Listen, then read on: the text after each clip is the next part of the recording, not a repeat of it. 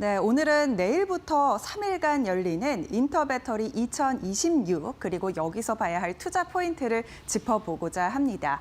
인터배터리 2026이 내일부터 3일간 열리고요. 역대 최대 규모로 열리게 됩니다. 667개의 기업이 참가하고요. 2,382개의 부스가 열리는데요. 다음 장 함께 열어보도록 하겠습니다. 이번 해의 주제는요. 전년도와 조금 다릅니다. 인공지능과 로보틱스가 올해 키포인트인데요. 전년도와 그 전년도 주제는 전고체 로드맵 그리고 전기차 캐즘 같은 전기차에 조금 더 초점이 맞춰진 주제들이었습니다. 다만 올해부터는 2차 전지가 AI와 함께 엮이면서 중심축의 하나로 급부상했기 때문에 관련된 AI 데이터 센터 그리고 피지컬 AI와 함께 엮이면서 관련된 신기술들을 대거 발표할 예정입니다. 다음 장 함께 열어보도록 하겠습니다. 이제 차세대 기술 격차 어떻게 벌리는지 2차 배터리와 2차 전지와 관련해서 엮어보도록 할 텐데요.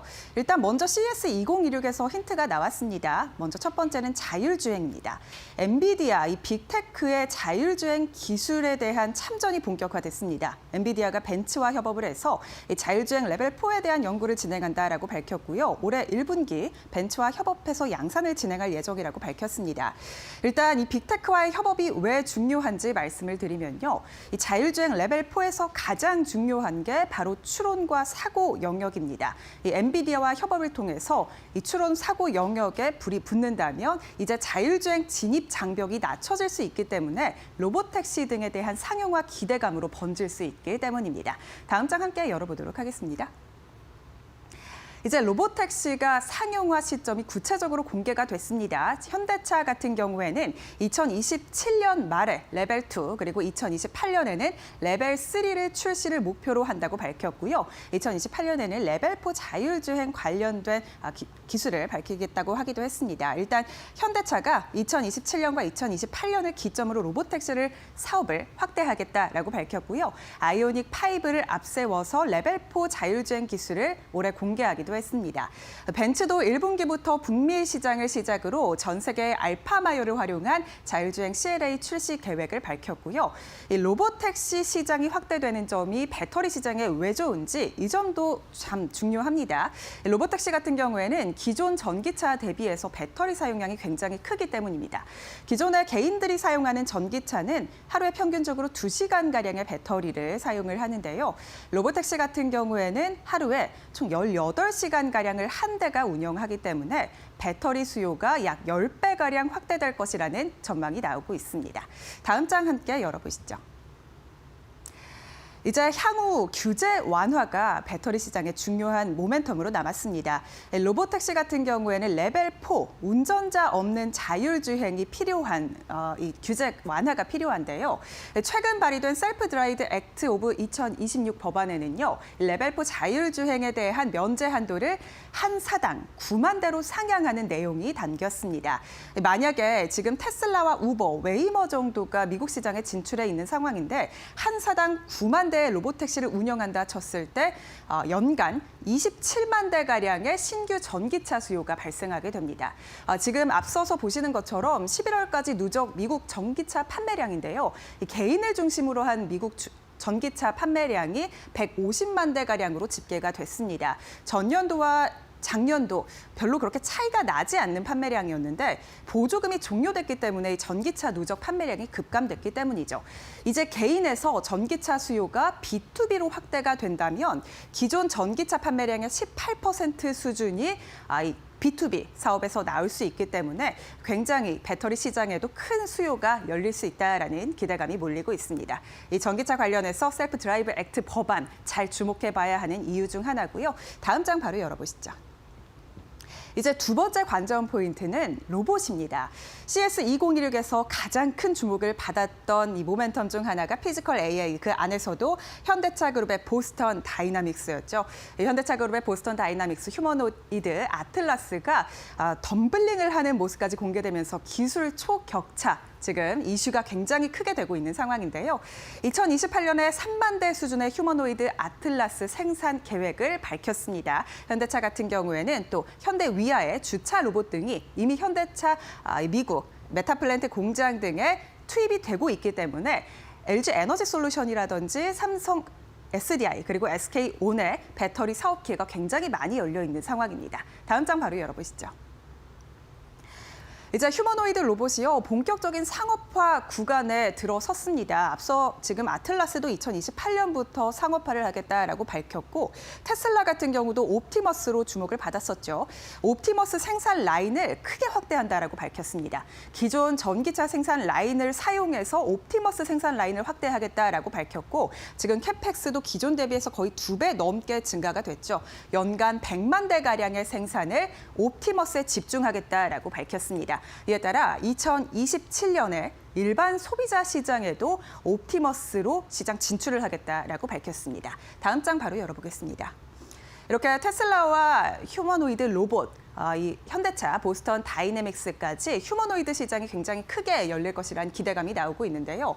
로봇 시장이 2025년 작년에 약 1,000억 달러였는데 2050년에는 25조 달러까지 성장할 것이라는 모건 스탠리의 전망까지 있었습니다. 이 점을 잘 주목을 해보셔야겠는데요. 로봇 시장이 이렇게 커진다면 이제 배터리에도 큰 시장이 열릴 수 있습니다. 특히나 휴머노이드 배터리에는 기존 로봇 수명을 5년으로 가정을 해봤을 때 연간 교체와 신규 수요가 연 460기가와트시가 필요하다라는 전망이 나왔는데요.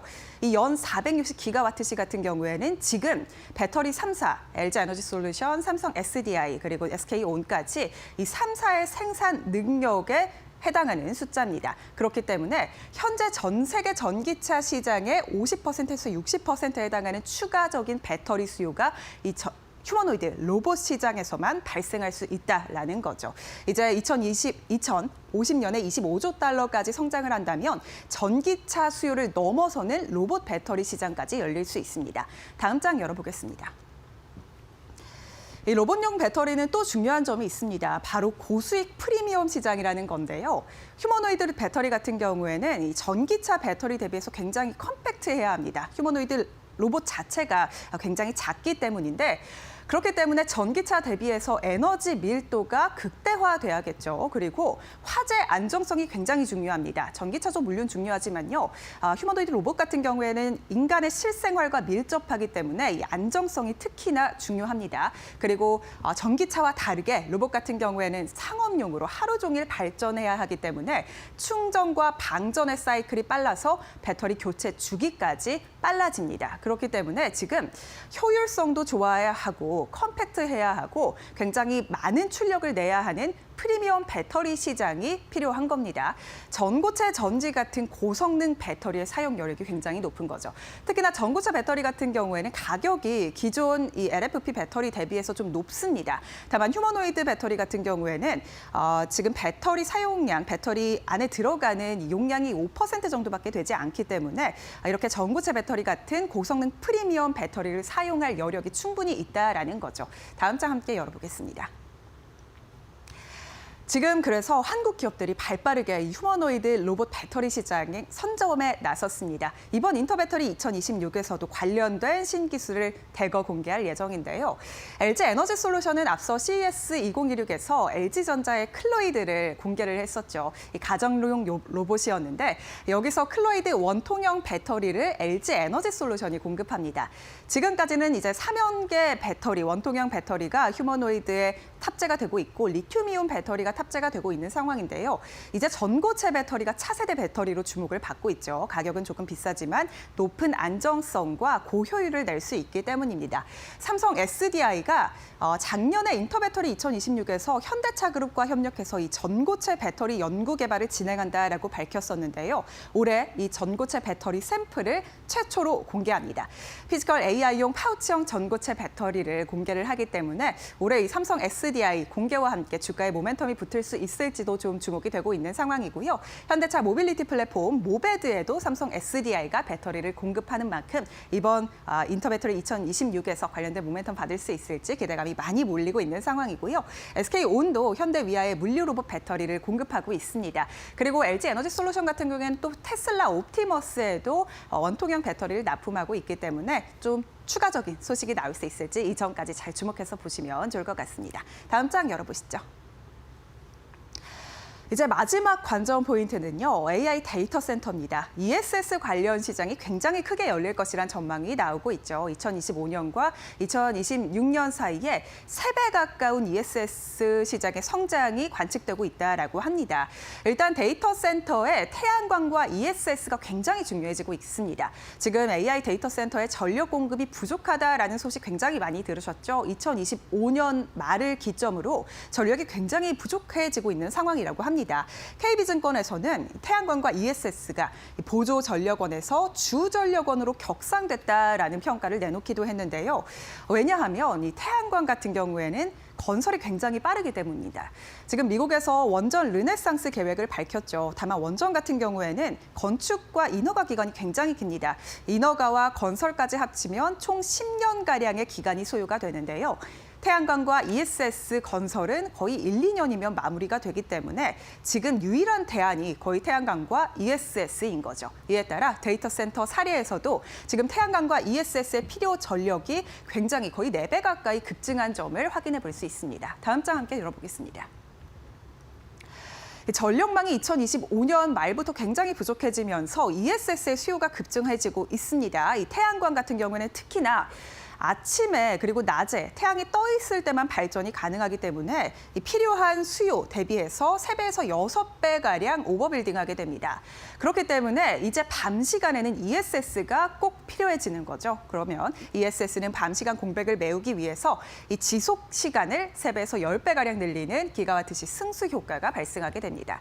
이 태양광의 수요가 늘어나면 늘어날수록 ESS의 수요도 증가될 수밖에 없는 거죠. 다음 장 함께 열어보시죠.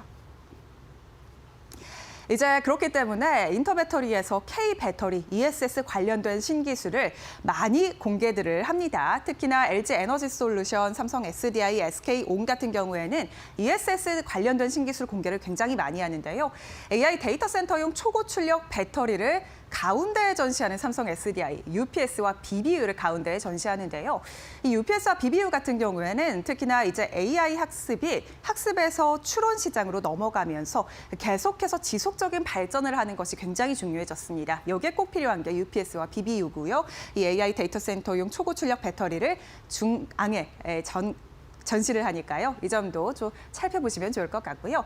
또 ESS 일체형 솔루션 삼성 배터리 박스, 또 AI 기반 화재 예방 소프트웨어 삼성 배터리 인텔리전스 등을 공개를 합니다. 최근 들어 데이터 센터 화재 예방 등 굉장히 관련된 안정성 논의가 중요해지고 있는 만큼 SBI 등의 이러한 기술 공개도 또 모멘텀이 될 수 있을지 또 중요해지고 있는 상황이고요. 증권가에서는 또 삼성 SDI 올해 들어서 주가가 많이 상승을 했는데 그 가운데 지금 삼성 SDI가 삼성 디스플레이 지분을 매각했습니다. 이에 따라 ESS 시장이 조금 더 과속해서 투자를 한다라고 밝혔는데 이 모멘텀 타고 삼성 SDI의 주가가 올해 들어 가장 많이 이 3사 중에서는 가장 많이 올랐다라는 점까지 체크해드리고요. 증권가에서도 목표 주가를 꾸준히 올려잡고 있는 상황입니다.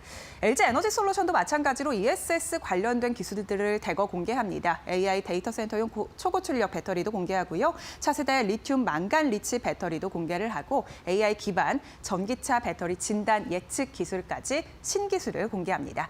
SK온 같은 경우에도 이제 고에너지 밀도 LFP 파우치 배터리 기술을 공개하고요. 컨테이너형 ESS, DC 블록도 공개합니다. 로봇용 하이니켈 3원계 배터리까지 오늘 전반적으로 또 AI, ESS 그리고 로봇 관련된 신기술을 3사가 많이 공개한다라는 점 확인되고 있고요.